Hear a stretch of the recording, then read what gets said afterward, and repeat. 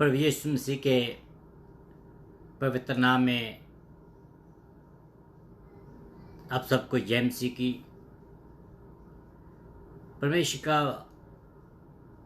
बहुत धन्यवाद करता हूँ कि परमेश्वर ने आज फिर हमें एक अवसर दिया है कि हम उसकी हमदुसना करें, उसकी स्तुति, उसकी आराधना करें।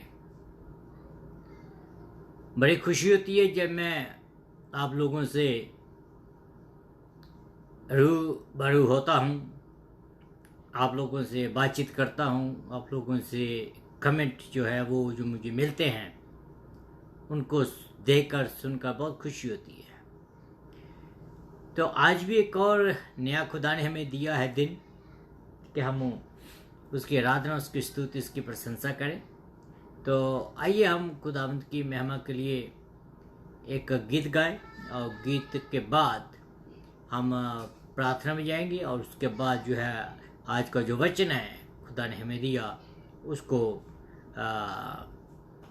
आप तक लेकर आएंगे। तो आइए इस गाने को सुने। आपने काफ़ी सुना है गाना।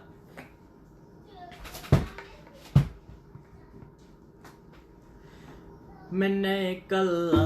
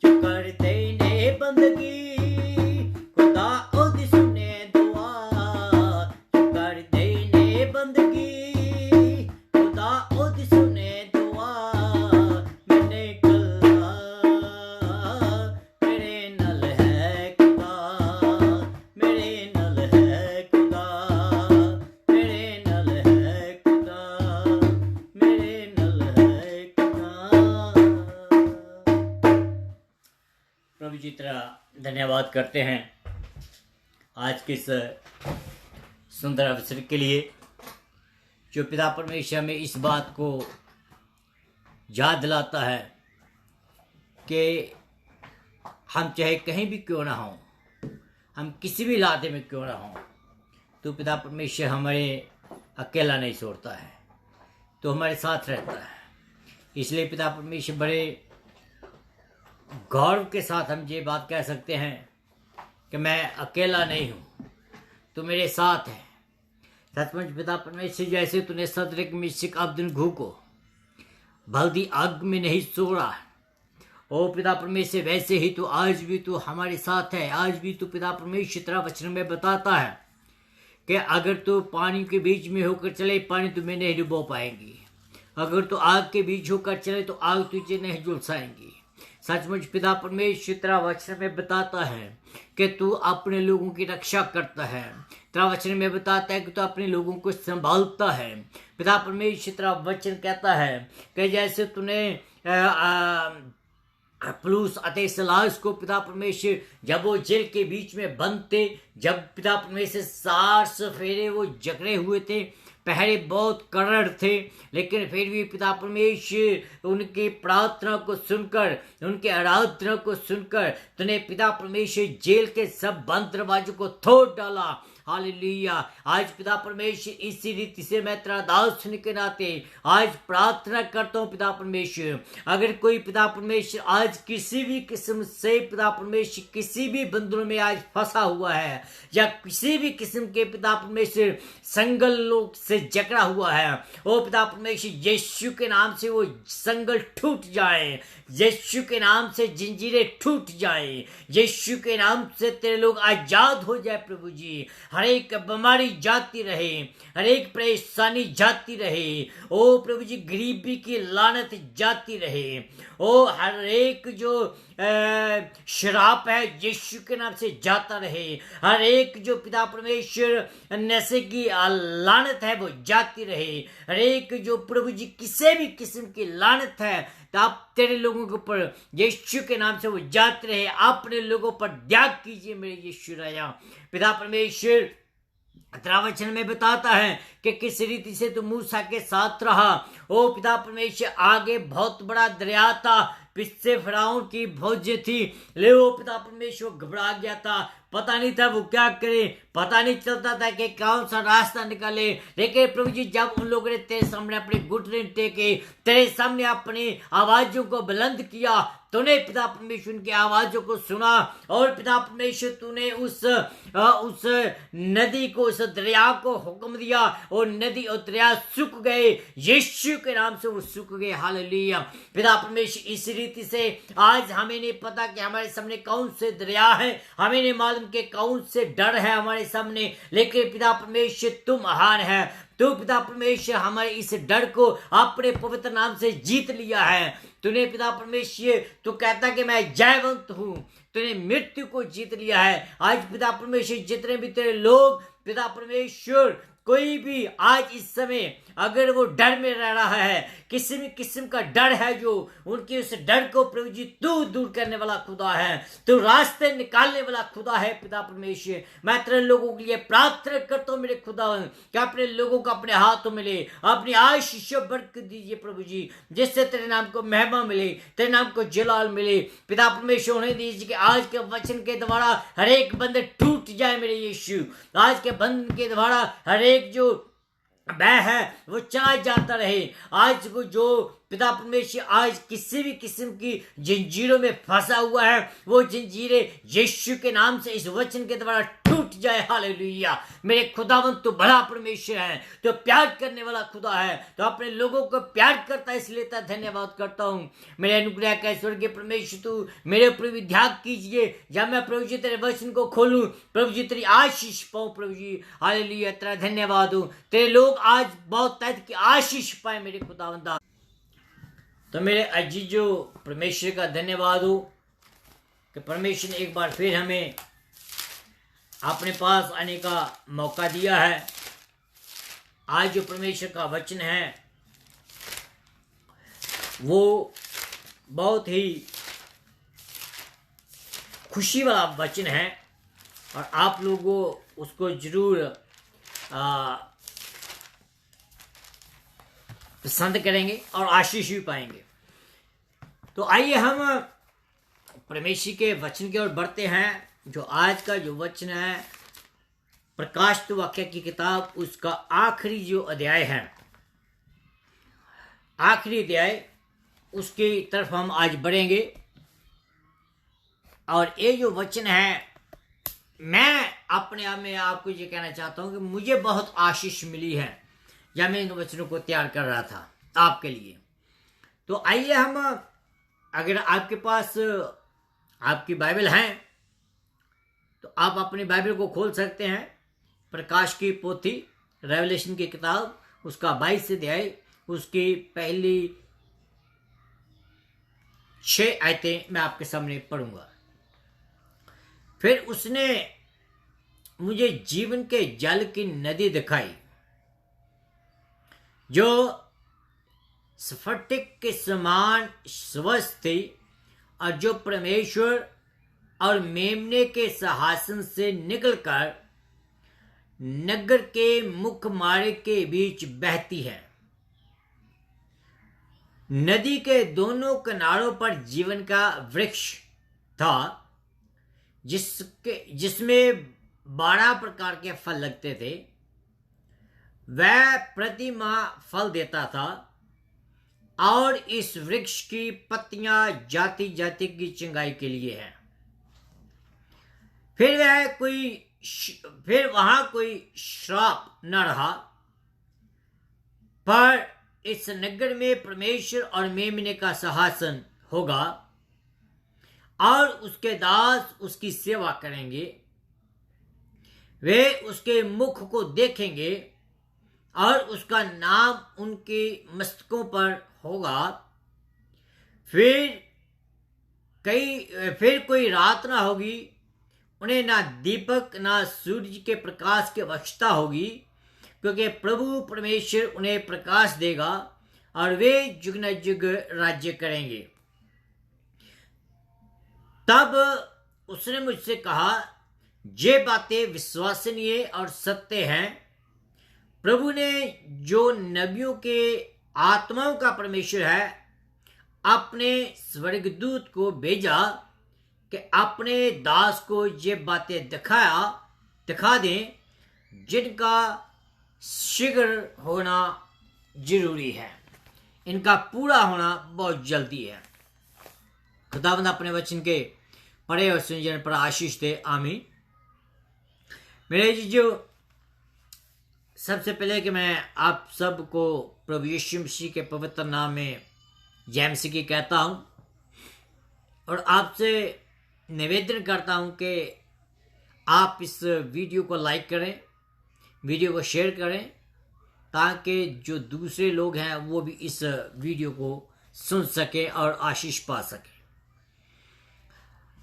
और इस बात के लिए मैं आपका धन्यवाद करता हूं कि आप इस पूरे रेवलेशन की किताब के बीच में आप मेरे साथ बने रहे। और मुझे इस बात की खुशी है कि खुदावंद मुझे इस बात के लिए इस्तेमाल कर रहा है।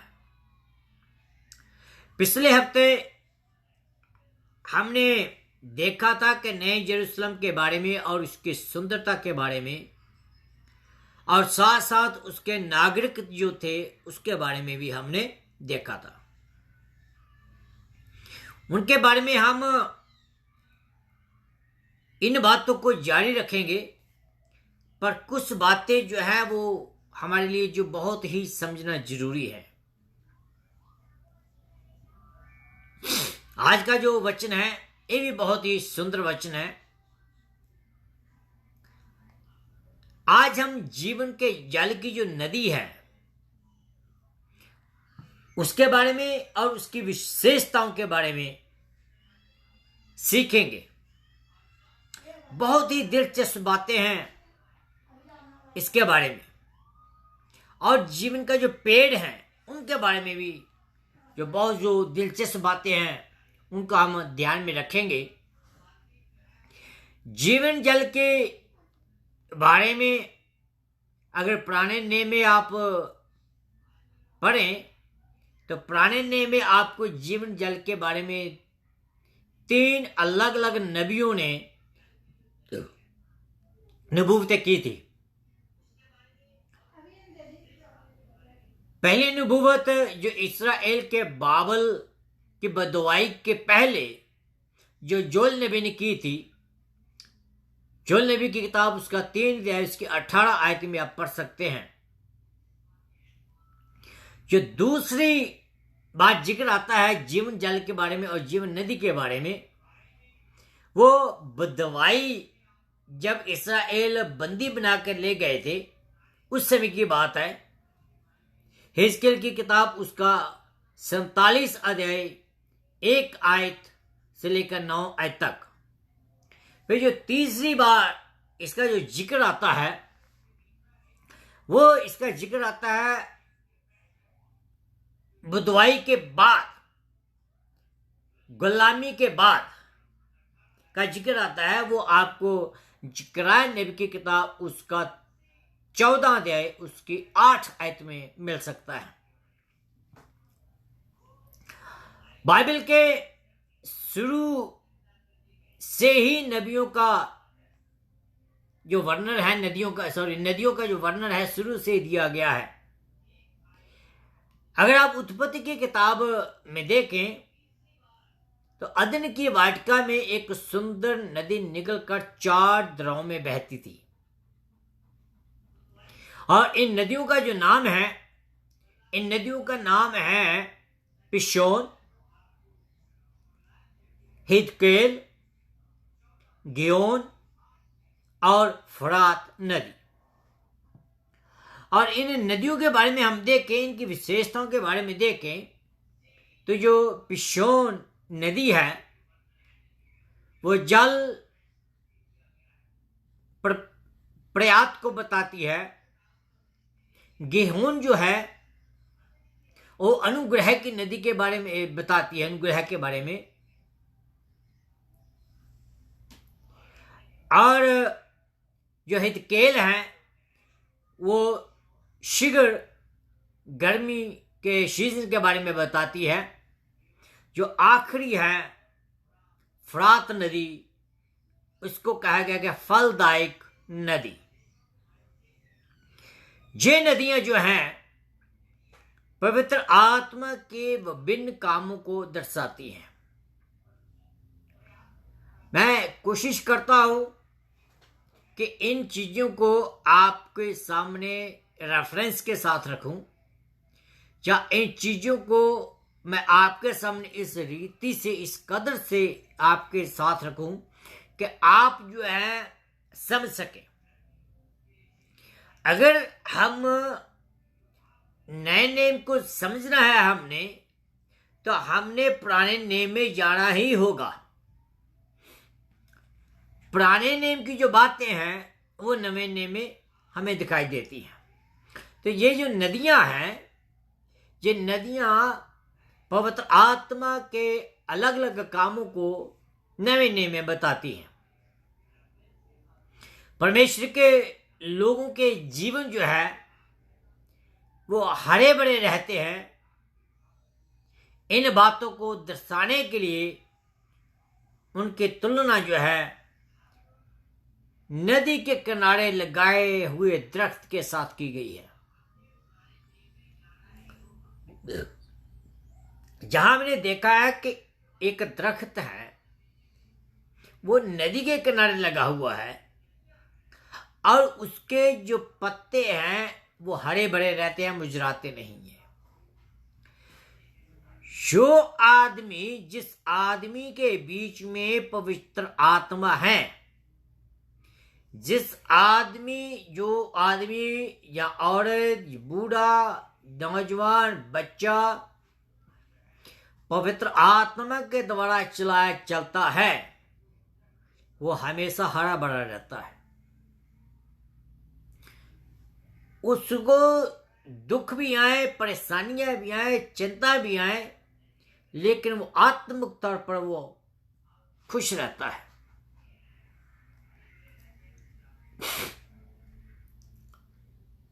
सोते और नदियां को जीवनदायक आत्मा के साथ तुलना किया गया है।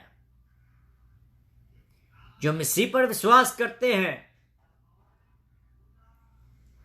और उसके ऊपर विश्वास करने से जो हमें जीवन मिलता है, ऐसे ही नदी के किनारे लगाए हुए दरख्त जो है वो है।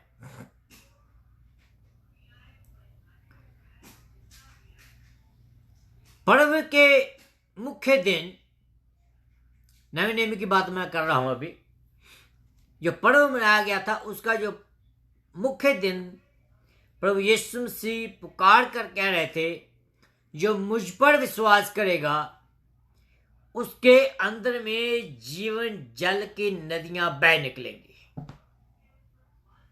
कौन कह रहे हैं? प्रभु यीशु मसीह। क्यों कह रहे हैं हम देखते आगे।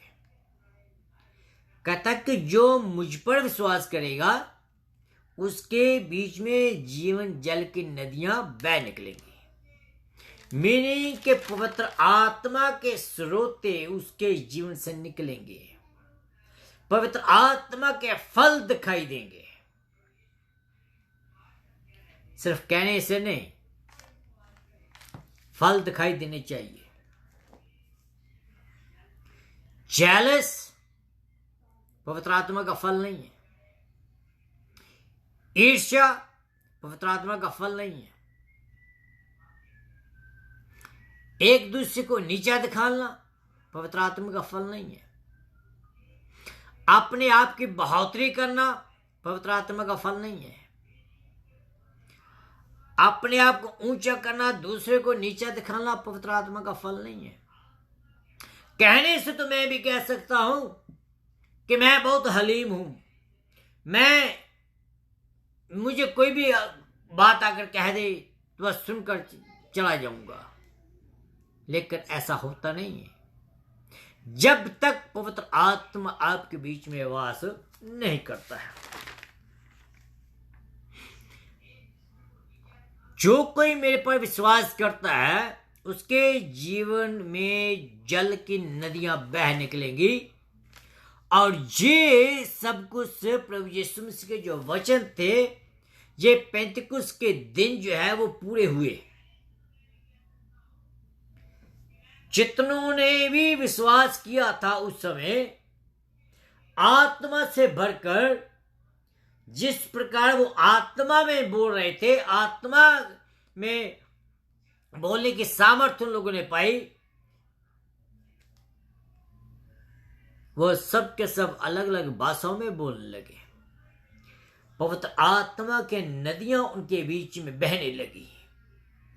पवित्र आत्मा के फल दिखाई देने लगे।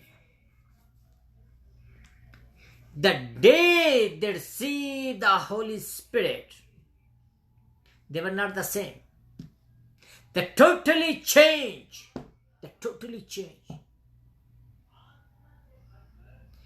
In the same way, when we receive Jesus Christ in our life, our old being should be gone. The new creation, हम प्रभु यीशु मसीह में नई कायनात बन जाते हैं जब हम प्रभु यीशु मसीह के पास आ जाते हैं। वहां पवित्र आत्मा रूपी नदी सारे संसार में जो है अभी बह रही है। कहां से शुरू हुई थी? ओल्ड टेस्टमेंट में जाएं, उत्पत्ति में, नवे नियम में आए तो पेंतिकुस्त के दिन में, और आज वही पवित्र आत्मा की नदी जो है विश्वासियों के जीवन में बह रही है। आपके जीवन में, मेरे जीवन में वो नदी बह रही है। अगर आज आपको इस दुनिया में चुप करा दिया जाता है तो परमेश्वर कोई न कोई रास्ते खोल देता है। अगर आज आपको बिठा दिया जाता है तो परमेश्वर आपको उठा खड़ा करता है। अगर आज दुनिया आपके बीच में जो आत्मा है उसको मारने की कोशिश करती है, तो पवित्र आत्मा आकर उसको उजागर करता है। एक्सपीरियंस के साथ बता रहा हूं मैं आपको। People try to destroy your life. People try to destroy your ministry. People destroy your career. People try to destroy your everything. But the people who trust in the Lord never let them go down. Lord has His own way to use you and me. हिजकेल ने एक नदी के बारे में दर्शन देखा था, जो भवन की ड्योरी से निकलकर बह रही है, और उसने विजन देखा था। लेकिन मैं और आप उस नदी को लिटरली खुदावंद यीशु मसीह के राज्य में देखेंगे। It's going to be happen. प्रभु यीशु मसीह के संदीप काल जो आएगा, जो राज्य आएगा, it's going to happen like that. You will see that river.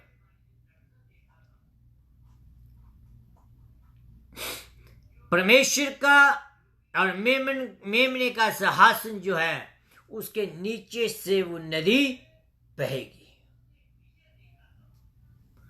That नदी का मीनिंग क्या है?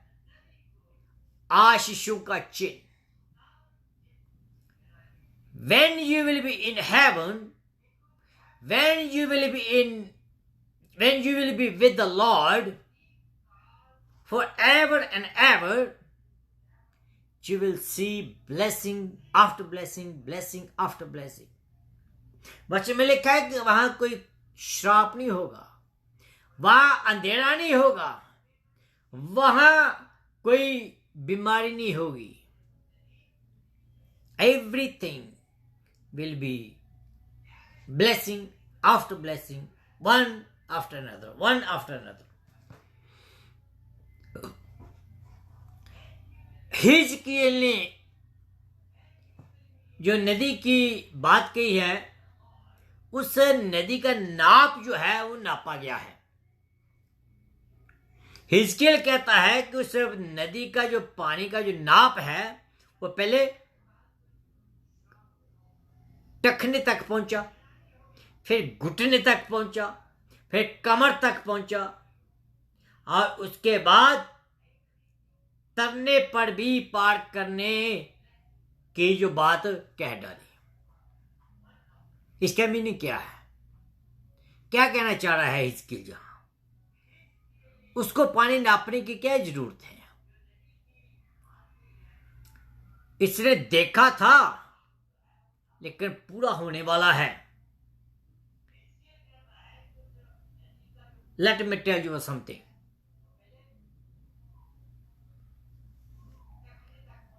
वो परमेश्वर के लोगों के विभिन्न जीवन को दर्शाता है।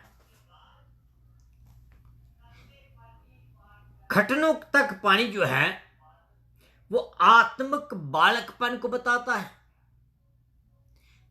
पंजाबी में हम कहते हैं कि गिट्टा। जब गिट्टे तक पानी आता है, इट मीन्स के आदमी जो है वो आत्मिक तौर पर वो न्याना है, बच्चा है। जब घुटनों तक पानी आता है, इट मीन्स कि जो आदमी है वो थोड़ा आगे गया है, उसका प्रार्थना वाला जीवन जो है वो सही हो चुका है। फिर कमर की बात करते हैं हम। कमर की बात जब हम करते हैं, इट मीन्स कि वो महान सेवा में है। और उसके बाद पार ना करने वाली दशा आती है। दैट मीन आत्मा की भरपूरी। जब हम ऐसी स्थिति पर आ जाते हैं, तो आत्मा की भरपूरी आपके अंदर बाहर दिखाई देती है। अब हमने ये सोचना है, ये हमने अपने आप को चेक करना है कि हम कौन सी स्थिति पर हैं। क्या आप टखने तक हैं, घुटनों तक हैं, कमर तक हैं, या आप नदी को पार करने तक हैं? जीवन जल की जो नदी है उसकी कुछ विशेषता मैं आपको बताता हूं। पहली विशेषता इसकी है कि परमेश्वर की नदी है। वो किसकी है? परमेश्वर की। किसी आदमी की नहीं, किसी पादरी की नहीं, किसी बिशप की नहीं, किसी चर्च एडमिनिस्ट्रेटर की नहीं, किसी चर्च के खजांची की नहीं, किसी पोप की नहीं। वो परमेश्वर की नदी है। दूसरी बात, वो सामर्थ्य की नदी है, क्योंकि लिखा है कि वह सिंहासन से निकलती है। सामर्थ्य की नदी है। परमेश्वर का सिंहासन एक सामर्थी सिंहासन है। तीसरी बात बताई गई है, वो अनुग्रह की नदी है, क्योंकि मेमने का सिंहासन भी कहा गया है इसको। अनुग्रह की नदी जो मेमने का सिंहासन भी इसको कहा गया है। फिर वो नदी जो है वो पवित्र नदी है। पवित्र और निर्दोष मेमने के सिंहासन से निकलती है। वो उससे निकलने के कारण इस नदी को पवित्र कहा गया है। फिर आगे बढ़े, इस नदी में जीवन है। ये जीवन की नदी है। फिर ये नदी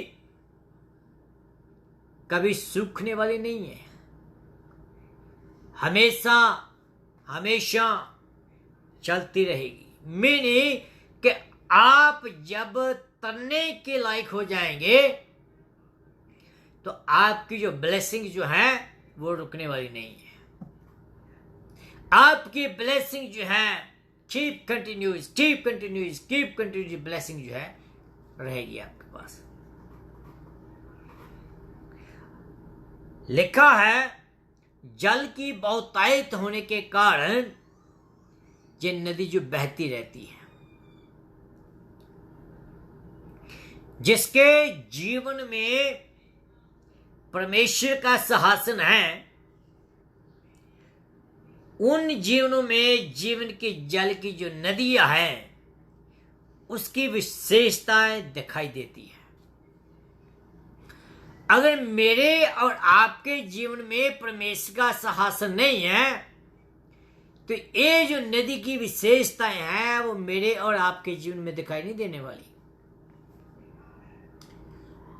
अगर आपने और मैंने इस नदी की विशेषता का एक्सपीरियंस करना है तो परमेश्वर के सिंहासन को हम अपने जीवन में बिठाना है।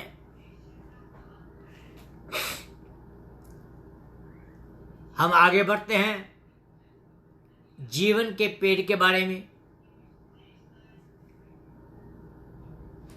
और नदी के इस पार और उस पार जीवन का एक पेड़ है,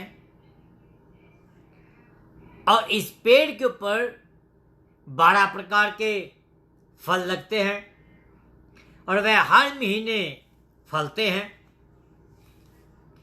और उस पेड़ के पत्तों से जाति जाति के जो लोग हैं वो सिंचाई पाते हैं।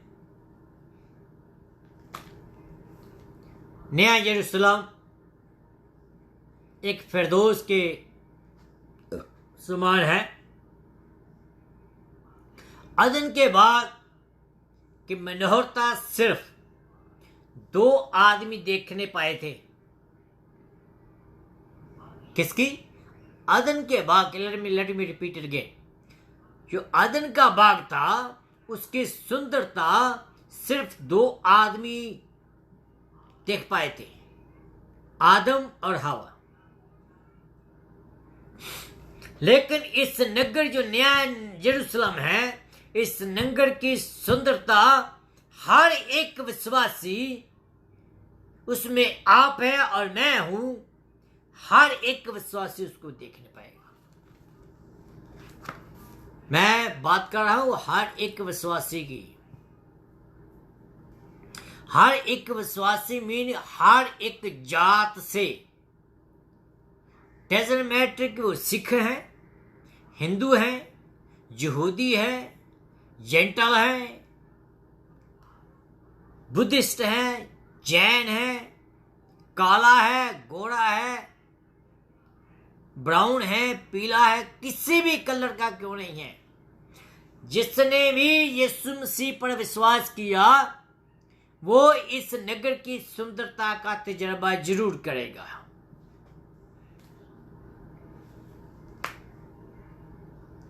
अदन की वाटिका में 2 प्रकार के पेड़ लगे हुए थे।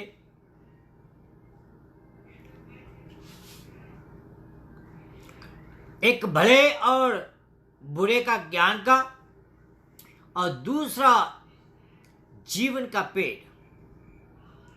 और इसको छोड़कर बाकी सभी फल वो खा सकते थे, लेकिन आदम ने उल्लंघना की, आदम ने पाप किया, आदम ने खुदा की आवाज को ना सुनकर शैतान की आवाज के ऊपर ज्यादा ध्यान दिया, और हमने देखा कि उसका फल क्या मिला। और उसी ही फल को खाने के कारण वो अदन से बाहर हो गए, लेकिन जो परमेश्वर की जो योजना थी वो सेम थी, वो नहीं बदली थी। परमेश्वर की योजना है कि वो आदम जात को जिसने उसने बनाया है हमेशा हमेशा के लिए उसके साथ संगति करे। और वो दिन आने वाले हैं जब फिर जैसे आदम के साथ खुदावंद खुद आकर संगति करता था, वैसे ही फिर आकर आप लोगों के साथ वो संगति करेगा।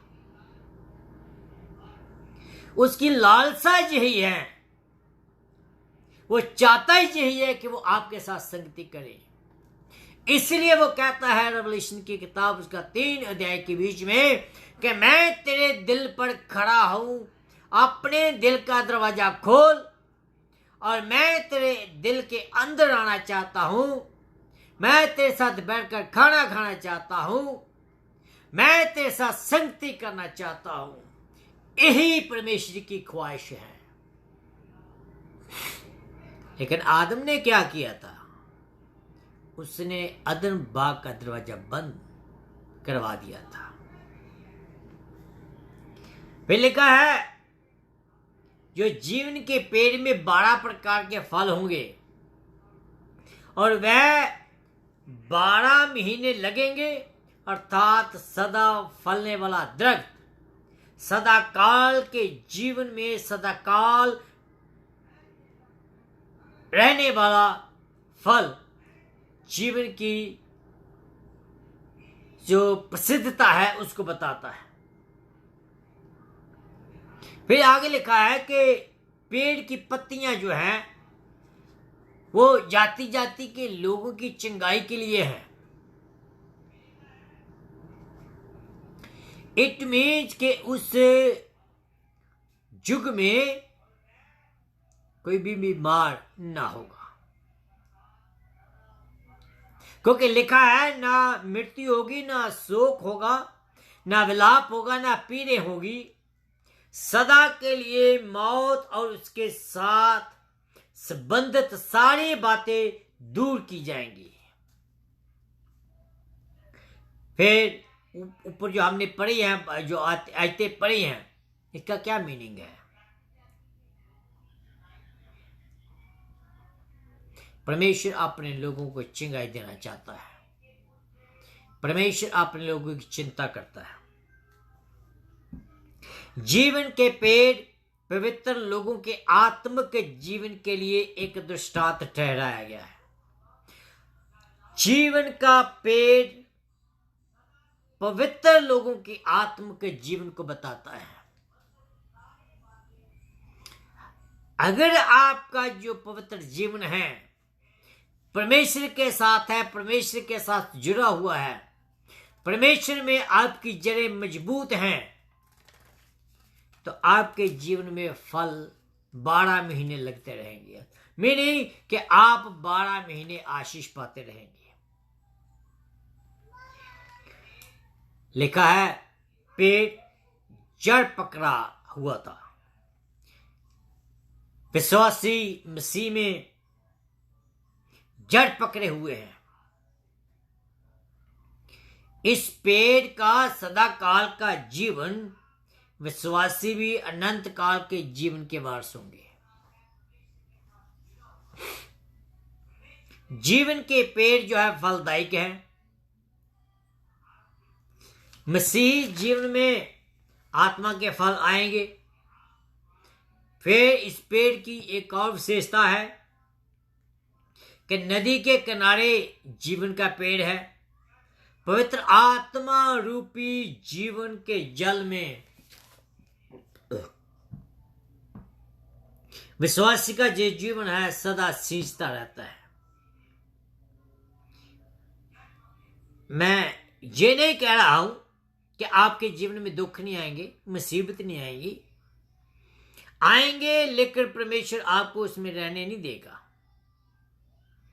शैतान जो है वचन के मुताबिक आज के आपके आसपास रहता है। मैंने पिछली बार भी यही कहा था कि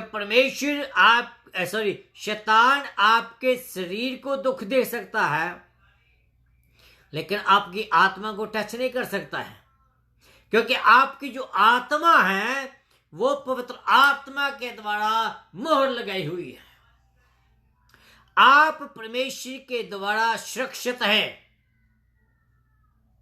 लेकिन जब आप शैतान से जीत जाएंगे तो परमेश्वर आपको कहेगा, शाबाश मेरे पुत्र, मेरी पुत्री। लेकिन वचन में लिखा है कि आपको उससे डरने की जरूरत नहीं है जो आपके शरीर का नुकसान कर सकता है।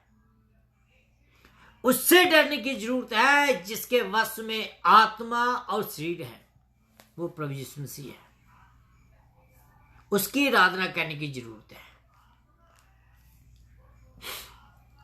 जीवन के पेड़ के जो फल है उसके विषय में हम और बातें देखते हैं।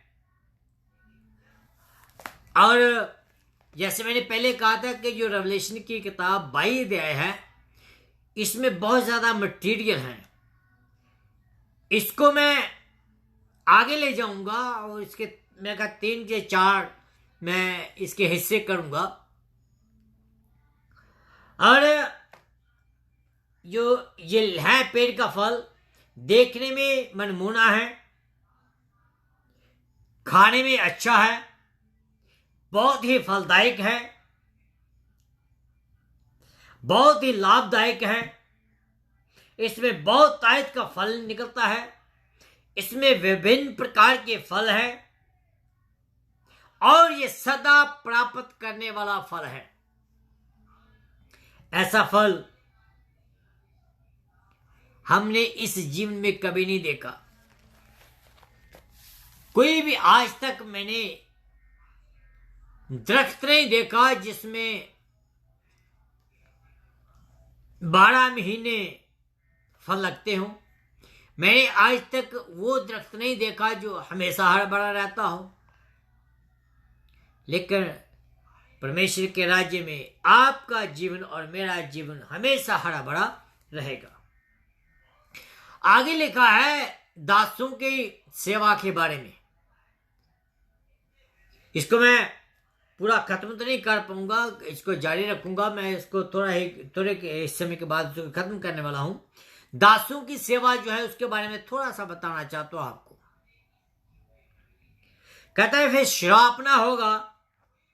परमेश्वर और मेमने का जो सिंहासन है उस नगर में होगा, उसके दास उसकी सेवा करेंगे। रेवलेशन की किताब उसका 22 अध्याय उसके 3 आयत में लिखा है।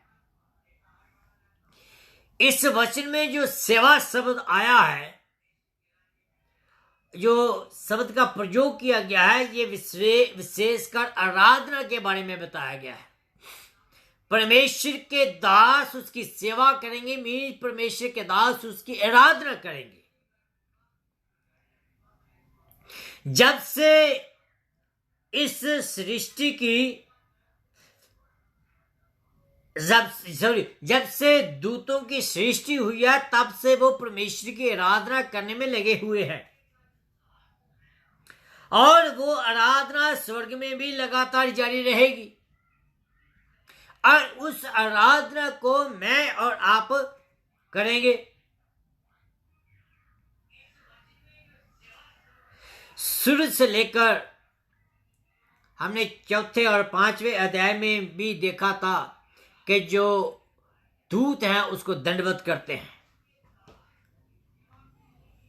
और हमने आराधना के बारे में भी इसके बारे में पढ़ा था। और इस किताब का जो जिस अध्याय में हम हैं, इस अध्याय में भी आराधना के बारे में लिखा है। वो हम आगे जाकर कल ज्यादा देखेंगे इसके बारे में कि मैं क्या कहने वाला हूं।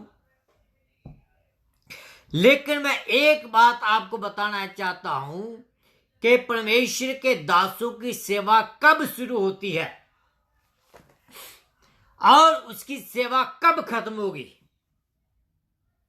बाइबल में इसका जवाब है। बाइबल ही इसको बताती है कि उसकी सेवा जो है दासों की कब शुरू होती है।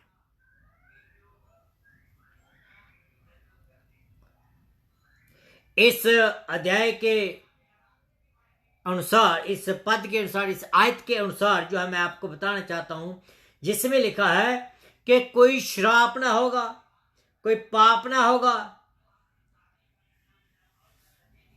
और ये सब कुछ जो है दूर किए जाएंगे। लेकिन परमेश्वर के दासों की सेवा, जब वो प्रभु यीशु मसीह को अपने जीवन में उद्धारकर्ता करके मान लेते हैं, तब से आपकी सेवा शुरू हो जाती है।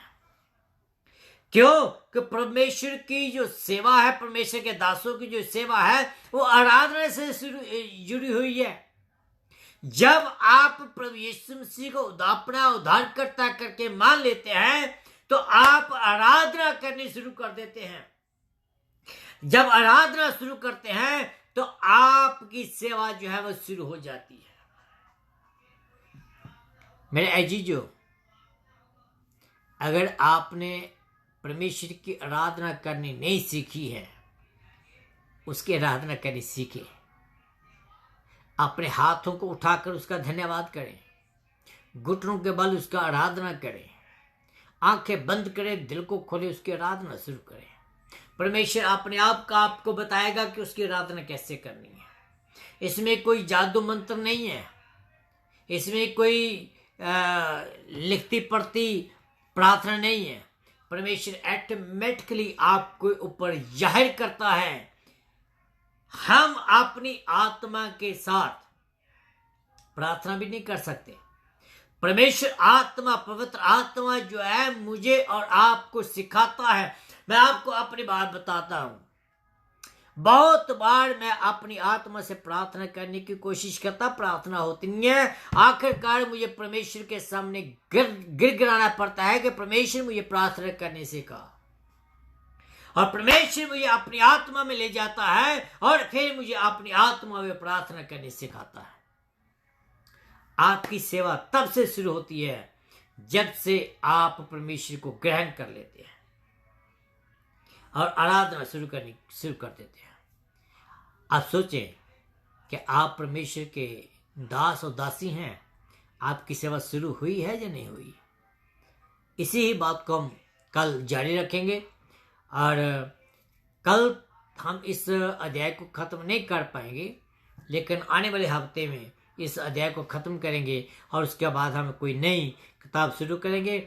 मैं सचमुच दिल से परमेश्वर का धन्यवाद करता हूं कि जिस किताब को बहुत सारे पादरी या बहुत सारे लोग टीच करने से डरते हैं, परमेश्वर ने मुझे सामर्थ्य दी है कि मैं इस किताब को खत्म कर पाया और अच्छे से खत्म कर पाया।